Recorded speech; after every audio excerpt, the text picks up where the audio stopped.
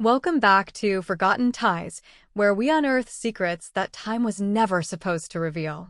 Today's story isn't just about a hidden past, it's about a silence so profound it threatened to erase an entire lifetime of truth. It begins with a simple, almost mundane task, a final, painful act of closure. Evelyn Monroe, a woman whose life was as meticulously organized as the vintage clock collection she inherited, stood in the dust-choked attic of her childhood home. At 45, Evelyn possessed a quiet grace, her silver-streaked raven hair tied back in a no-nonsense bun, her gaze sharp and analytical, the perfect demeanor for a successful architect. Yet, beneath that polished surface, a vast, echoing chamber of unasked questions had always existed. Her mother, Clara, had passed away 6 months prior, taking with her the answers to the single most monumental mystery of Evelyn's existence, the identity of her biological father. Clara, a woman of fierce independence and iron will, had always deflected any query about him with a cold, absolute finality. He was a mistake, Evelyn. A chapter closed before it ever truly began. Evelyn had learned to accept the narrative, to file away the longing for a paternal connection alongside the antique linens and faded photographs. She had been raised by her mother and her stepfather, Richard, a kind, steady man who filled the role of dad admirably but never fully dimmed the phantom ache for the man whose DNA she shared. The attic was a mausoleum of memories, a labyrinth of forgotten objects.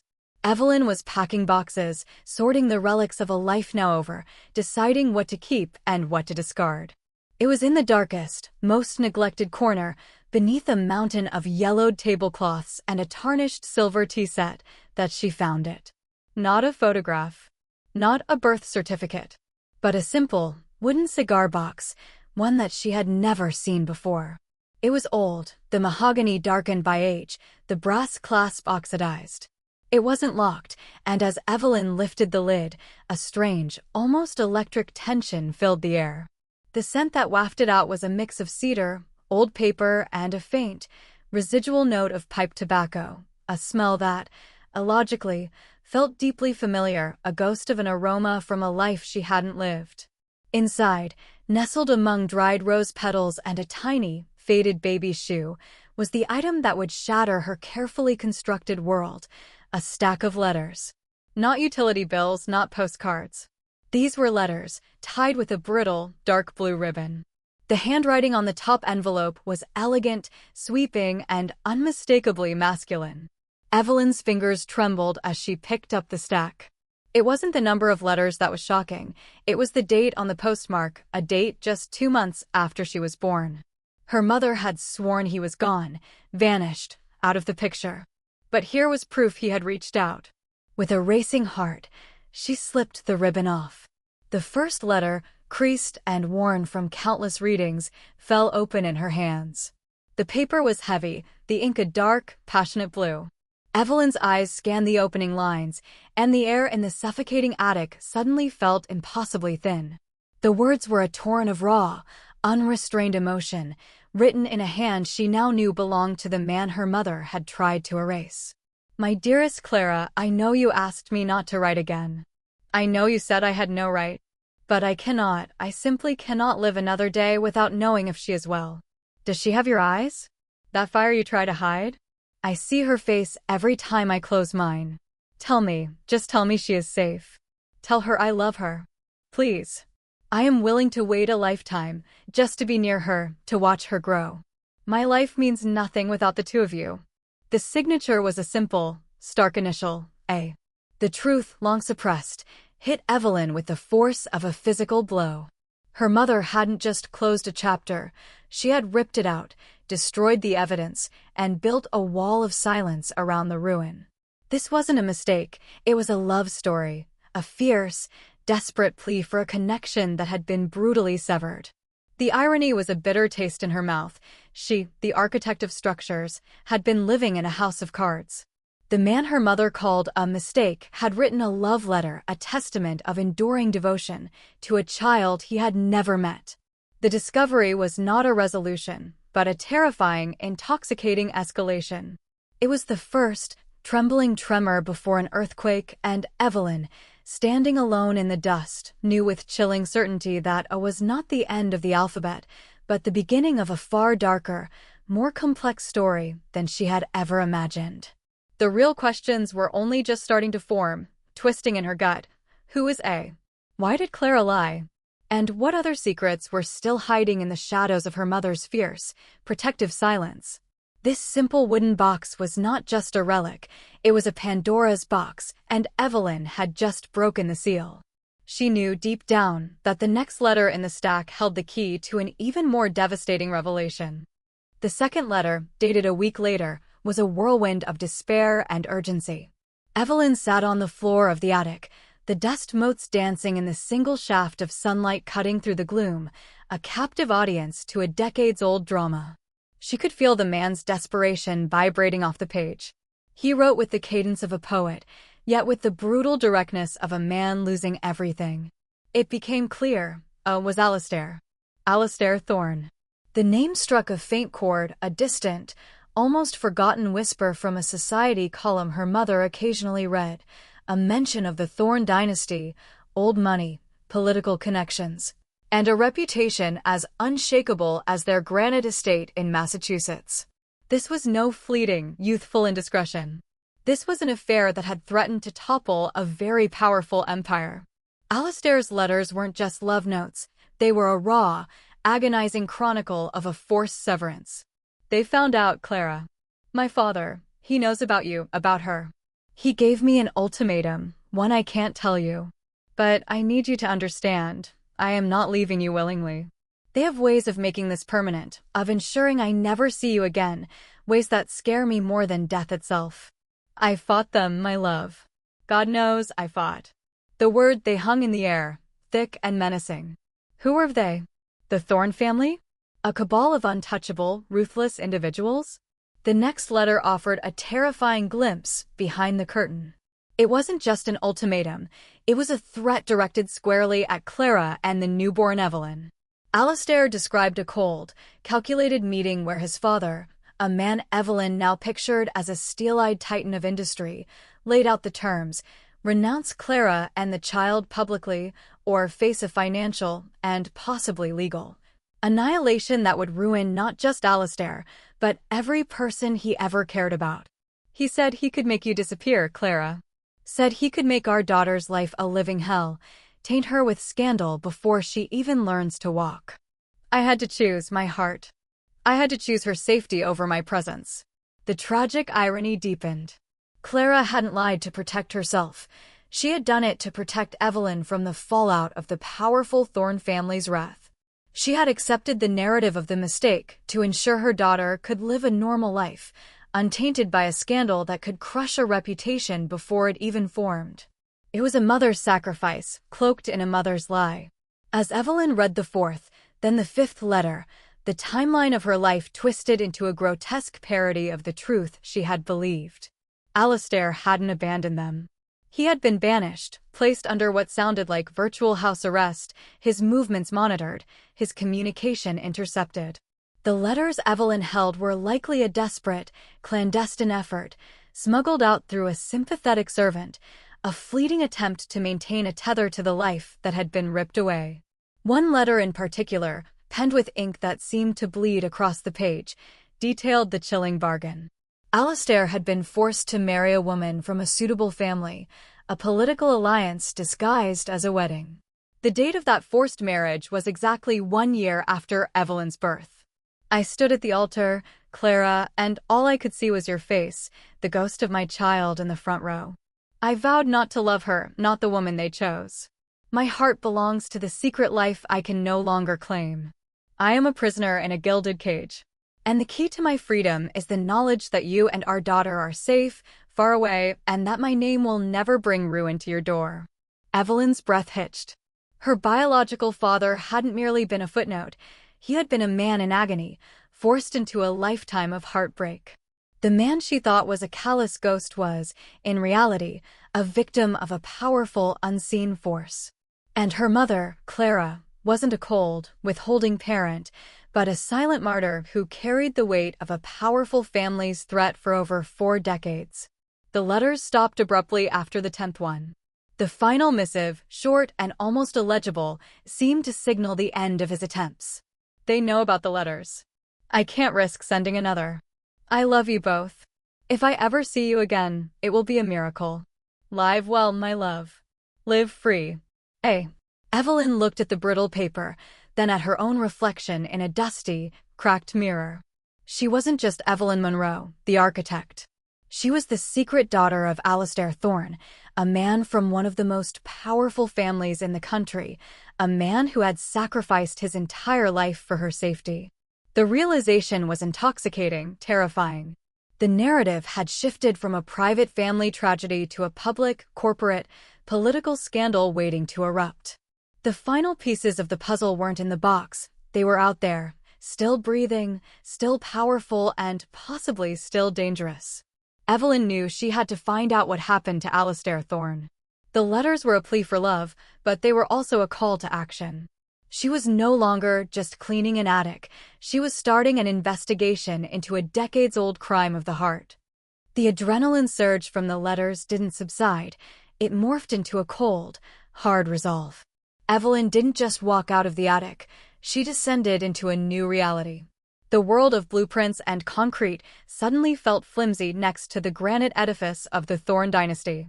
The architect was now a detective, her tools the internet, decades-old microfiche, and the intricate, desperate poetry of Alastair's letters. Alastair Thorne. A quick, discreet search confirmed the broad strokes. The Thorne name was synonymous with American industrial power, a legacy stretching back to the railroads. Alastair, the heir apparent, had been groomed for power from birth. The articles chronicled his life. Yale, Harvard Business School, the seemingly perfect, politically advantageous marriage to Eleanor Vance, the woman mentioned in the letter, 2 seemingly well-adjusted children, and his eventual ascension to CEO of Thorne Global. But Evelyn, armed with the emotional truth of the cigar box, wasn't looking for the public narrative. She was looking for the cracks. And she found them. Old society reports mentioned Alastair as a man of intense melancholy, often distant, and rarely seen smiling. One particularly insightful, but quickly dismissed, gossip column from 20 years prior mentioned his unusual dedication to obscure charities and a curious obsession with a specific type of vintage tobacco. The very scent that clung to the cigar box. It was a digital breadcrumb trail left by a ghost trying to connect.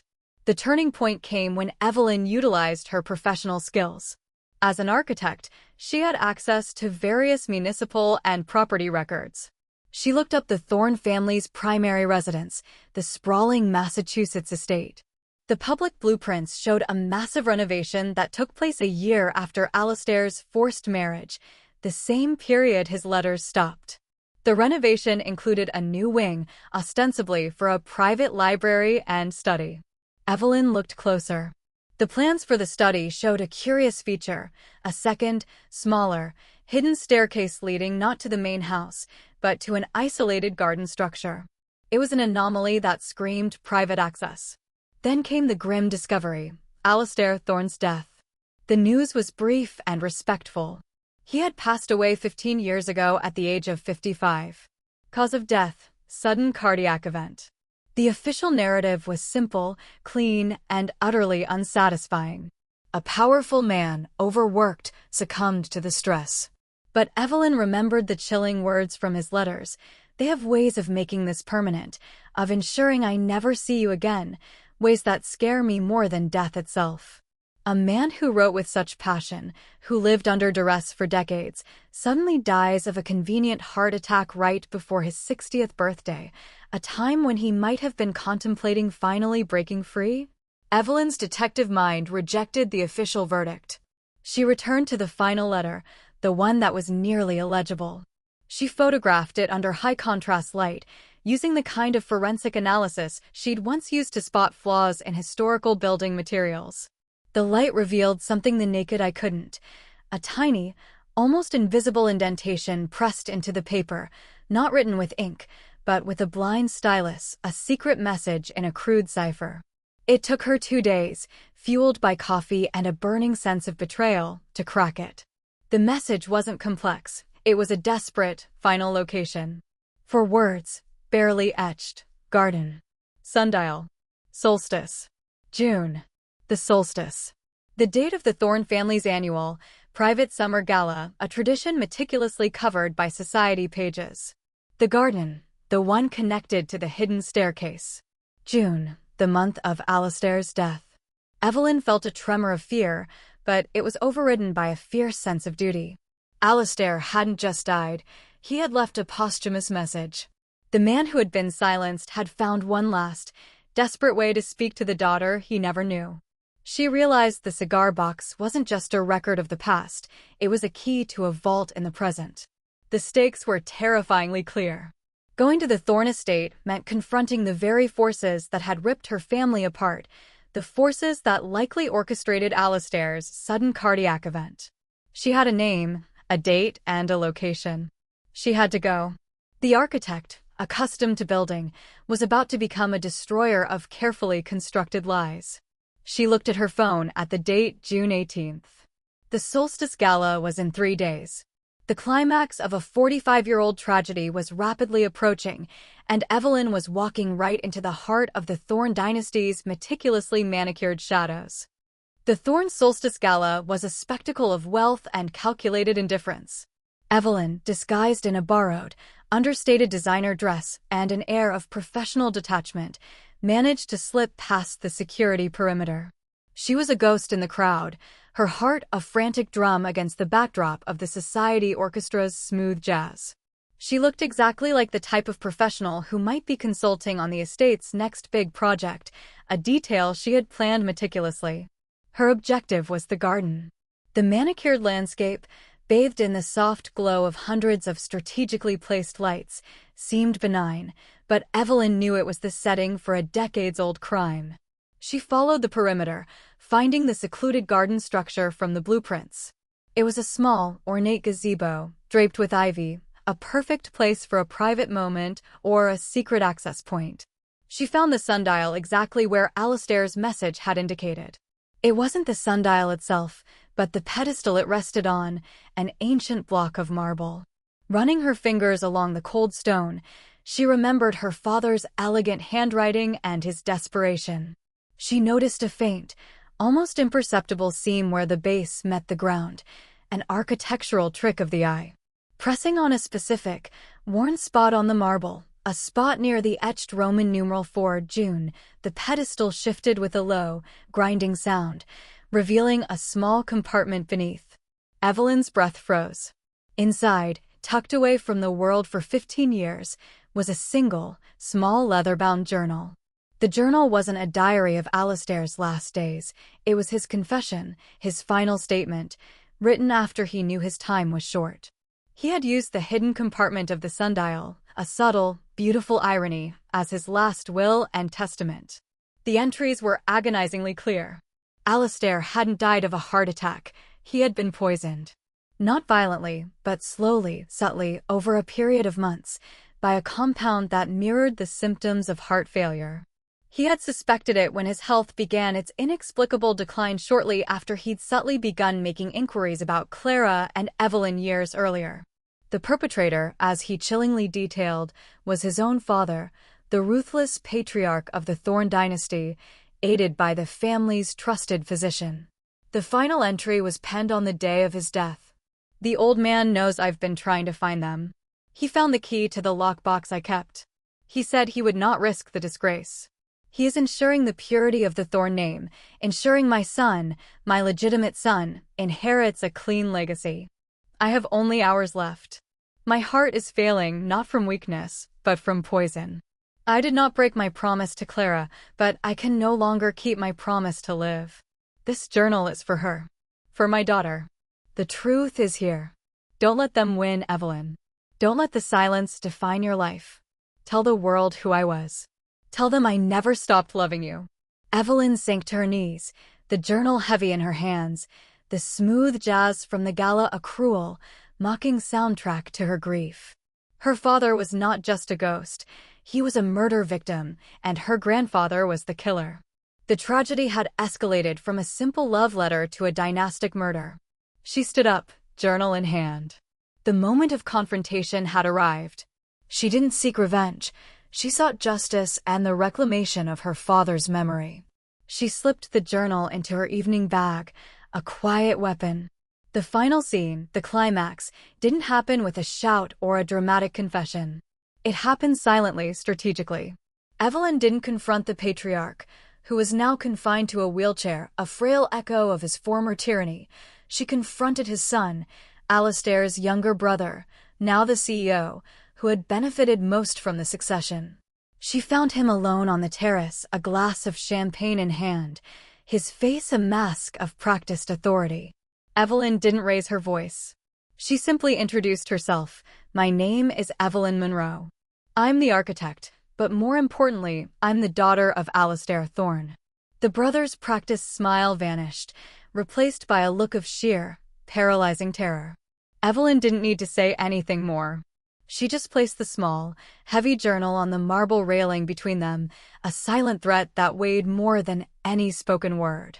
The truth was out of the box, out of the garden, and now sitting in the middle of the Thorne Dynasty's perfect party. The silence between them was the sound of an empire crumbling. The storm had passed, but the world was forever changed. Evelyn had the truth, the confirmation that her mother was a hero, and her father was a martyr. She had the closure that allowed her to finally grieve the man she never knew. The Thornes' public downfall, which began the next day with an anonymous package to a major newspaper, was not her victory, it was Alistair's. And that, my friends, is the terrifying, beautiful power of a secret kept in a simple wooden box. It shows us that love letters can be more than just confessions of the heart, they can be blueprints for justice. Before you go, if this story of hidden love and exposed secrets resonated with the quiet question in your own life, I urge you to do 3 things for the Forgotten Ties channel. First, give this video a like. It helps us bring more untold stories to light. Second, subscribe to our channel, because the truth is often hiding in plain sight, and you won't want to miss our next excavation. And most importantly, hit that notification bell. You might think you know the whole story, but here at Forgotten Ties, we know the silence is always hiding something. Until next time, keep digging.